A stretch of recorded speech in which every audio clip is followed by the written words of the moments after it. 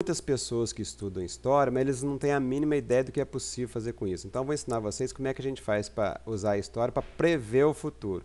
Eu tenho um site que trata desse assunto, tá? Bom, então minha proposta é que vocês estudem a história. Com os dados da história, vocês consigam enxergar o que está acontecendo no presente e, com esse conhecimento, conseguir entender o que vai acontecer no futuro. Então, um exemplo, a atual crise mundial, os keynesianos liderados por Cole Krugman, eles defendem que o governo deve gastar mais e manter os juros baixos para evitar a crise em W. Com isso, essa é a análise nossa, tá? Vai ganhar quem tem dívidas e vai perder quem tem valores a receber. Por quê? Porque isso aqui é altamente inflacionário. Então, basicamente, eles defendem a inflação para passar algumas pessoas para trás e beneficiar outras. Já a escola austríaca prega justamente o contrário.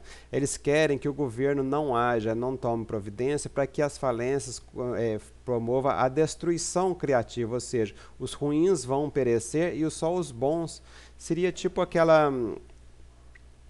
coisa lá do Darwin, tá?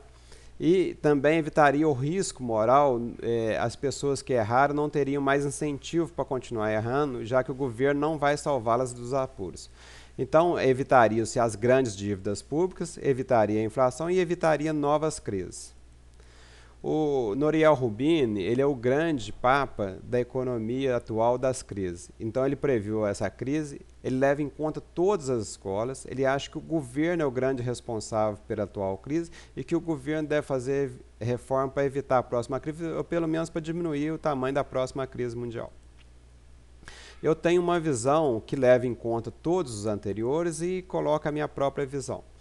Então, eu acho que é muito fácil evitar as crises. Mas por que não se evita? Porque algumas pessoas ganham dinheiro com as crises. Esse que é o fator que não vai fazer com que se evite as crises. Então, as grandes empresas elas são governadas de acordo com o interesse não dos acionistas, mas dos diretores, dos presidentes, porque eles ganham dinheiro promovendo bolhas, promovendo crise. Então, mesmo que as empresas venham no final a falir, não interessa para os diretores, porque na subida eles ganham dinheiro. Então, é o seguinte, se der cara eu ganho, se der coroa você perde.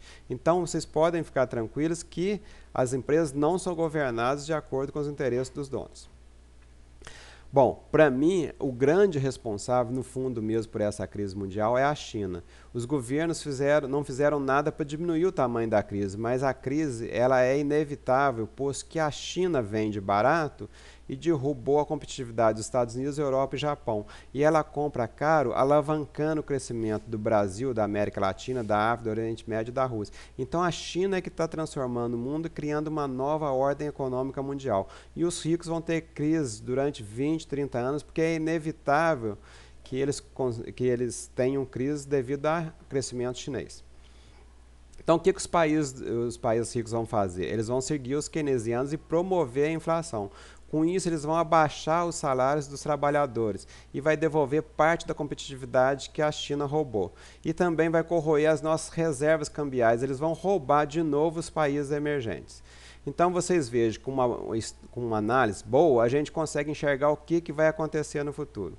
E com isso, a gente não é facilmente passado para trás. Falou, moçada?